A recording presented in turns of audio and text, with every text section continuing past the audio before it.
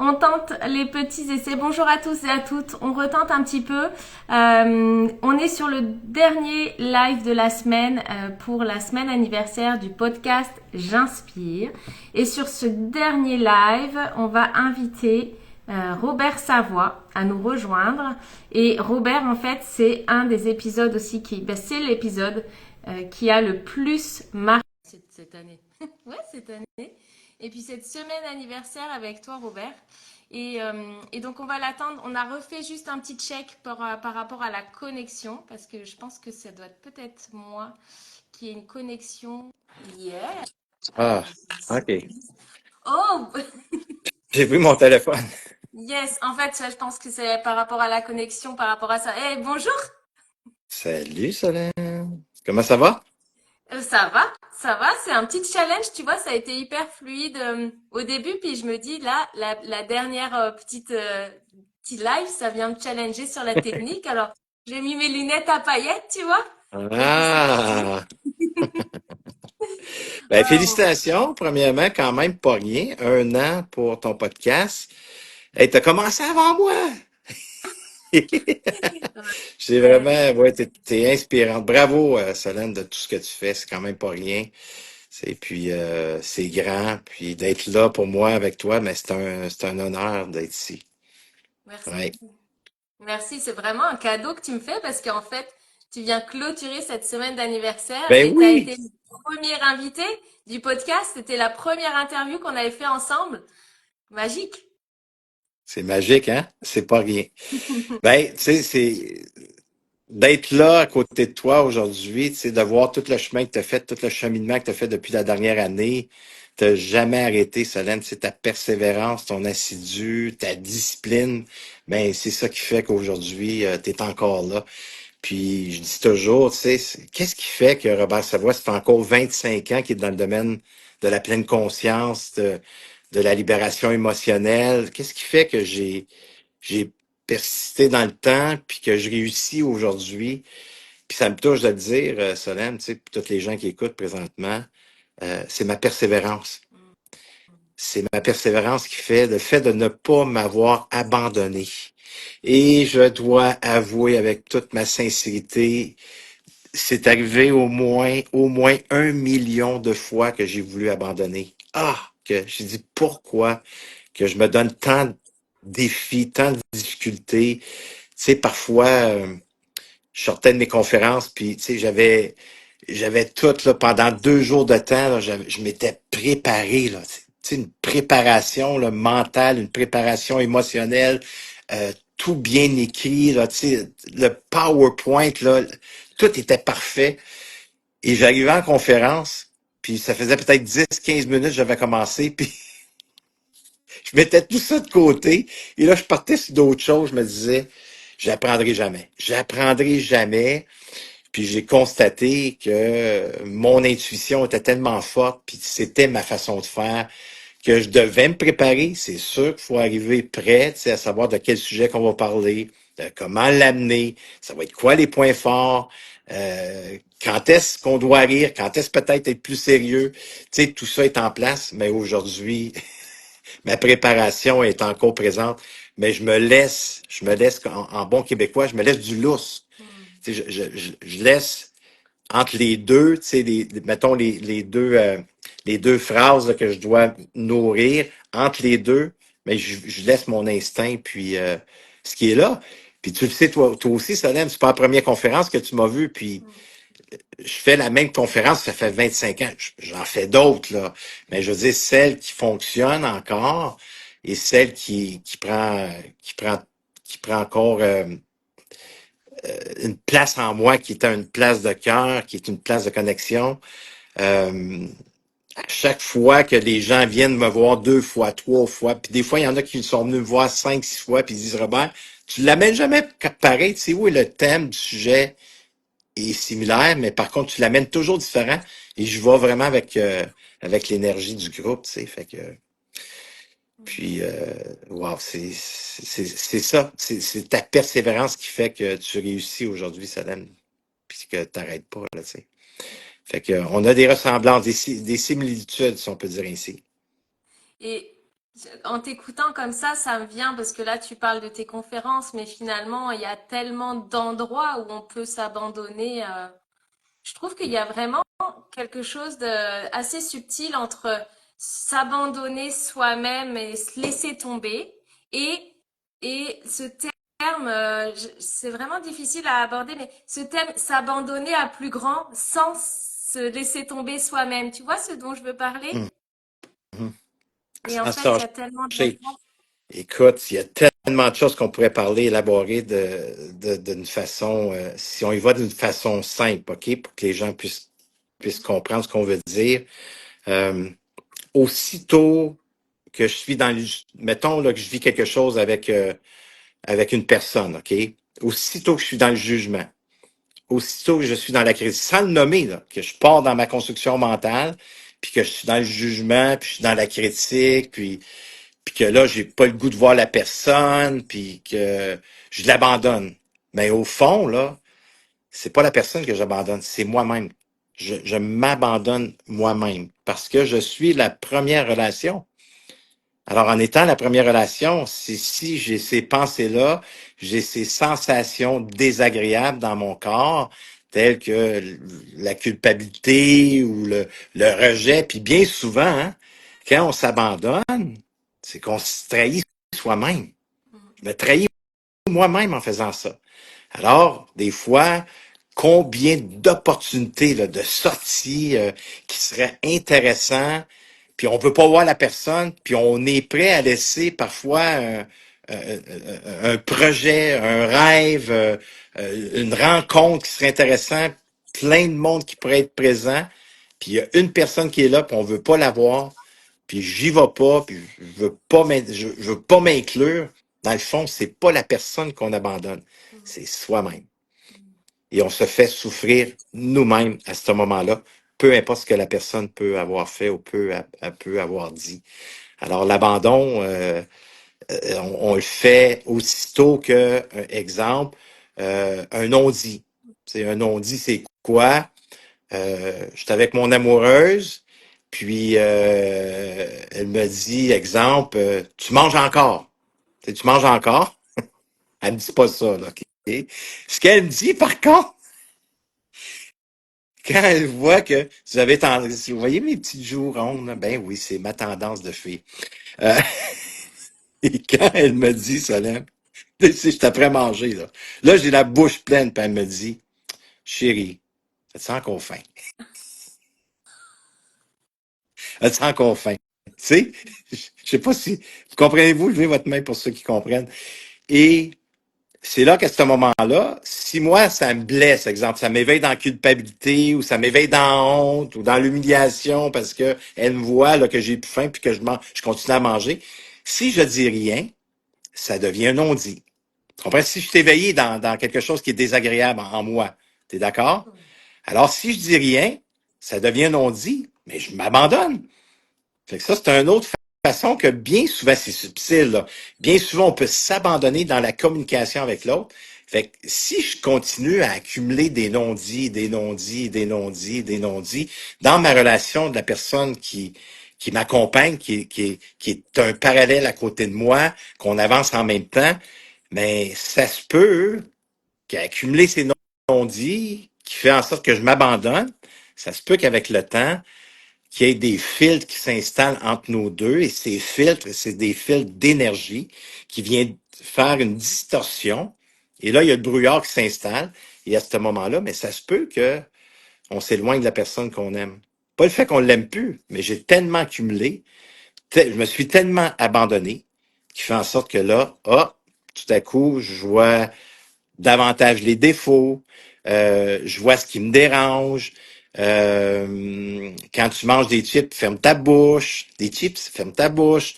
Euh, quand, je sais pas, où, de temps en temps, la personne peut ronfler, mais toi, tu ronfles trop. La façon dont tu brosses tes dents vient m'agresser. Fait que tous ces petits irritants-là qu'on voyait pas avant, puis que là, on commence à voir, ça se peut que j'ai accumulé des non-dits, puis je suis plus capable de voir la beauté de la personne avec qui je suis. Et ça fait en sorte, c'est pas le fait que je l'aime plus, c'est le fait que j'ai trop accumulé, je me suis trop abandonné, je me suis trahi moi-même, Et combien de fois qu'on laisse des personnes tellement intéressantes qu'on aime, puis qui fait en sorte qu'après qu'on les a quittés ou après qu'on a pris cette décision-là, on s'aperçoit, mon Dieu, j'ai laissé quelqu'un que j'aimais, tu sais, j'ai laissé quelqu'un qui était formidable, puis ça fait en sorte qu'on est blessé par la suite. Puis soyez capables, ceux qui sont là, s'il te plaît, de départager. Des fois, dans des relations, tu sais, on est avec des narcissiques pervers ou des gens c'est juste eux, l'égoïsme en soi. Et là, c'est normal peut-être de se choisir et de s'enlever du chemin parce on se fait souffrir dans cette relation-là. Mais nous, on parle présentement de se choisir et se choisir veut dire de ne plus s'abandonner, de ne plus se trahir, à pas prendre sa place. Surtout si la relation à l'autre est importante, mais on doit s'en donner à soi avant et revenir avec l'autre pour continuer à justement vivre cette vibration qui est tellement présente en nous, là. Je sais pas si ça fait du sens pour toi, Ah Solène. bah moi, ça fait beaucoup de sens pour moi. Puis je pense que pour même les auditeurs, tout ça, c'est enregistré aussi. Ça sera disponible sur le podcast aussi et en replay. Donc ça va être avec plaisir. Vous pouvez nous partager aussi comment ça fait du sens pour vous qui nous regardez ou qui nous écoutiez. Mais tu sais, ça me fait du sens aussi par rapport au premier épisode qu'on a tourné ensemble, qui était sur comment sortir de l'isolement affectif, ou quand je sens en fait que je m'abandonne, quand je sens que c'est compliqué pour moi, quelle est ma capacité, comment je peux aller demander aussi de l'aide et comment je peux ne Hmm. pas me retirer encore plus jusqu'à être bien loin là-bas pour, pour aller juste regarder en face de quoi j'ai besoin et qu'est-ce que j'ai besoin d'exprimer et libérer finalement. Ben, tu sais, il y a tellement de choses qu'on pourrait dire sur l'isolement affectif.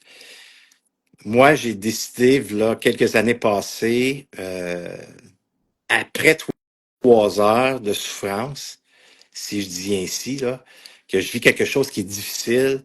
Hey, salut Maxi, j'espère que ça va bien.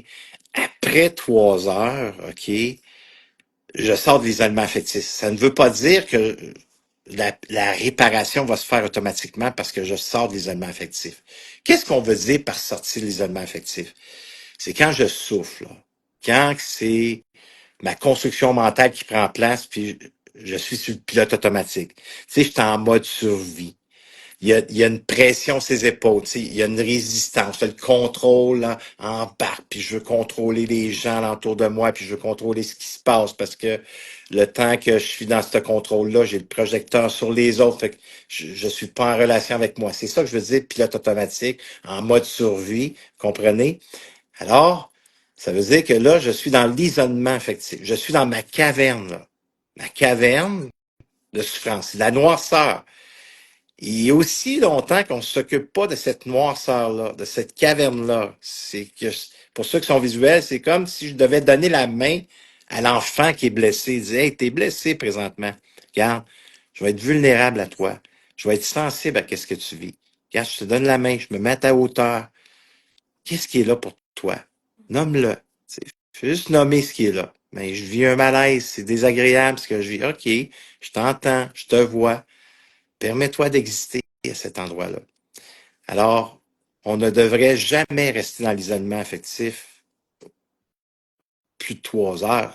Encore là, c'est trop, parce que c'est un 3 heures que des fois, on est devenu confortable à rester dans cette souffrance. Puis c'est ça qui attire quoi? Des burn-out, des dépressions, des séparations, tu sais, parce que, veux pas, il y a un fonctionnement qui s'installe, puis c'est souffrant.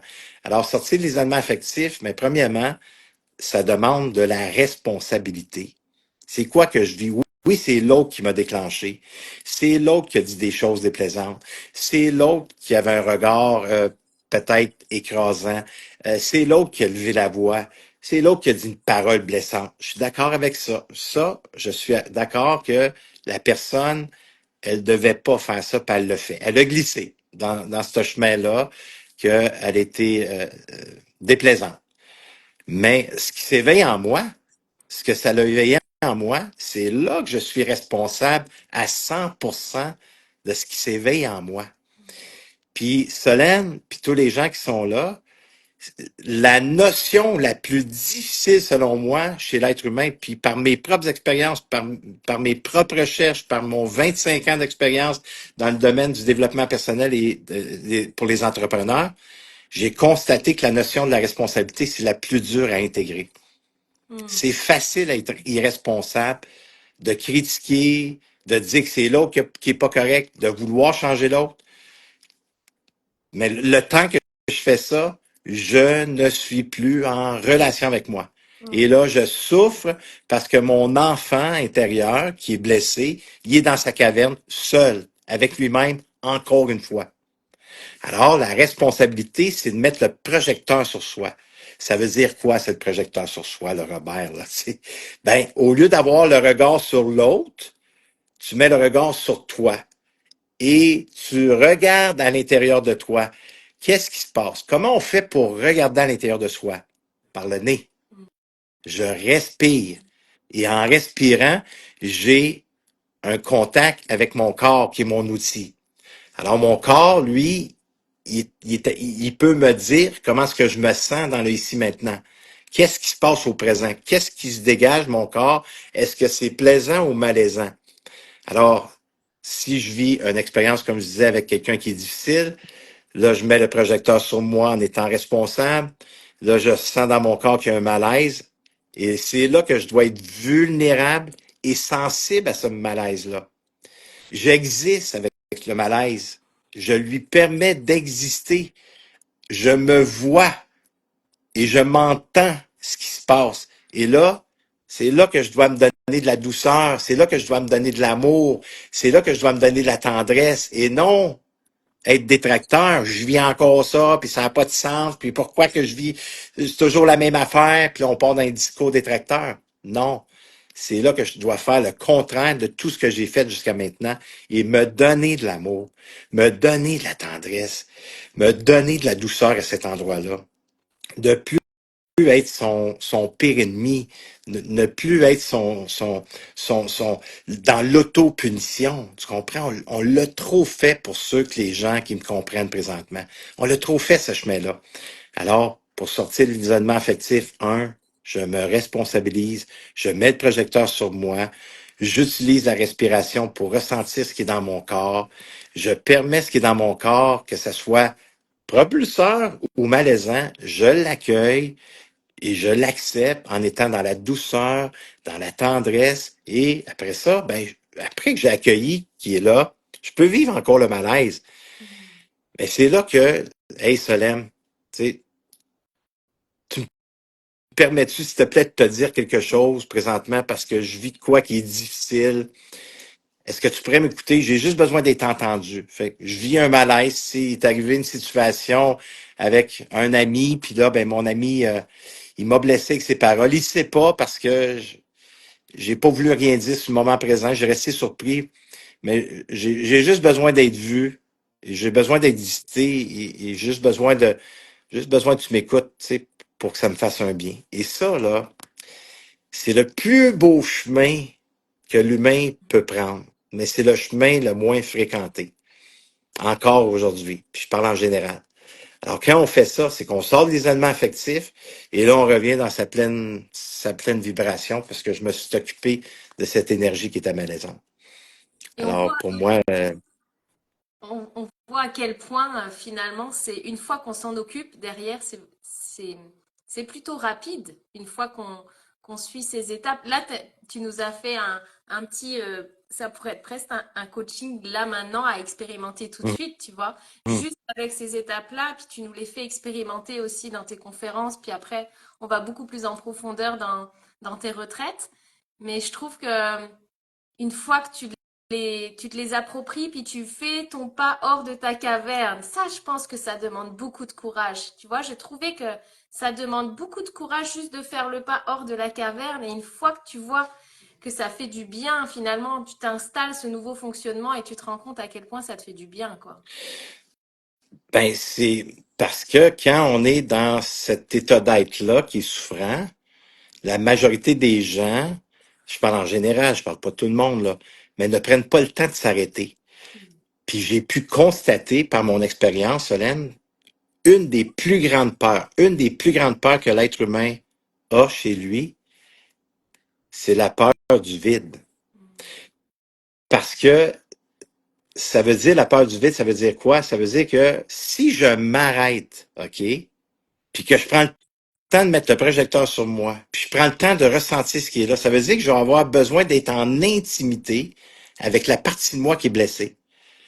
Puis là, il va falloir que je crée un moment, fait, il va falloir que je crée un vide pour m'accueillir. Fait que ce vide-là, les gens ne s'arrêtent peu ou ils l'identifient peu parce que on l'expérimente pas. Parce qu'aussitôt que je vis de l'insécurité, là, je vis là, aussitôt que je veux un malaise, je vis un désaccord, un non-dit, peu importe ce que je vis. L'insécurité est toujours, toujours présente. Tout le temps. Le stress est là, l'insécurité est là à 100%, tu peux pas te sauver, tu peux pas passer à côté de l'insécurité. Alors, ça veut dire que l'insécurité, il y a un danger. Il y a un danger, il y a quelque chose qui va arriver. Si je m'arrête, puis je suis pas en mouvement, et je suis pas dans essayer de trouver une solution, je suis pas d'essayer de comprendre qu'est-ce qui se passe, je vais peut-être me faire attaquer. Tu comprends?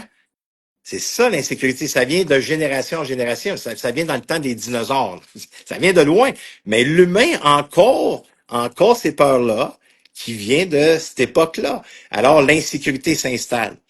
Et c'est là que je dois m'arrêter et que je dois donner de l'importance à créer le vide pour accueillir ce qui se passe en moi. Je sais pas, est-ce que c'est clair, Solem, ou Alors, il manque des ingrédients là-dedans? pour moi, c'est très clair. C'est très clair et ça met vraiment en lumière, en fait, les choses qui se posent dans notre quotidien, qui peuvent se poser vraiment à chaque instant de notre quotidien en fonction des challenges qu'on a. On n'est pas obligé de vivre des grosses expériences ou des gros traumatismes. C'est des situations que tu peux retrouver dans ton quotidien très facilement, en fait. Ce type d'insécurité ou le fait de savoir s'arrêter, respirer et être en face de ce qui se passe là, tu vois. Il y a Asia qui nous met vive la réalité dans mon corps pour elle. Mhm. Ouais. Mhm. Et Puis, tu sais, Solène, tu sais, on pourrait parler de bonheur, on pourrait parler de joie, on pourrait parler de gratitude, on pourrait parler de pleine conscience, faites telle chose, allez embrasser des arbres, faites de la méditation, faites du yoga, tu sais, va t'entraîner, va prendre des marches, va dans la nature. Je suis pour tout ça, OK? Je suis pour tout ce que je viens de nommer à 100%. C'est OK comment on doit procéder à tout ce bien-être-là. Mais ce qu'on doit prendre conscience aussi, que le bien-être est déjà en moi. Je n'ai pas besoin de forcer. Il est déjà là. C'est naturel. Pour moi, on est l'univers. Puis je sais pas, il y a des gens peut-être que je vais déclencher en disant ça, OK? Selon moi, on est tous le centre de l'univers. Tu sais, combien de fois on s'est fait dire, hey, tu te prends pour le centre de l'univers. Mais oui, on l'est le centre de l'univers. Pourquoi? Parce que qu'est-ce que je respire? Je respire l'univers. Je respire l'abondance. Je respire l'amour. La vie, elle est juste pour tout le monde, sans exception à la règle. Ça veut dire, c'est qu'est-ce qui s'éveille en moi qui doit être accueilli et que je dois permettre d'exister. Et on le sait qu'on a des déclencheurs alentour de nous qui nous déclenchent dans notre histoire de vie au présent. Et c'est là que la plupart des gens ne connaissent pas ce chemin-là. Ils n'ont pas la connaissance de soi. Et là, on prêche pour le positivisme. On prêche pour les mantras de phrases toutes préconçues, qui n'est pas malsain en soi. C'est OK.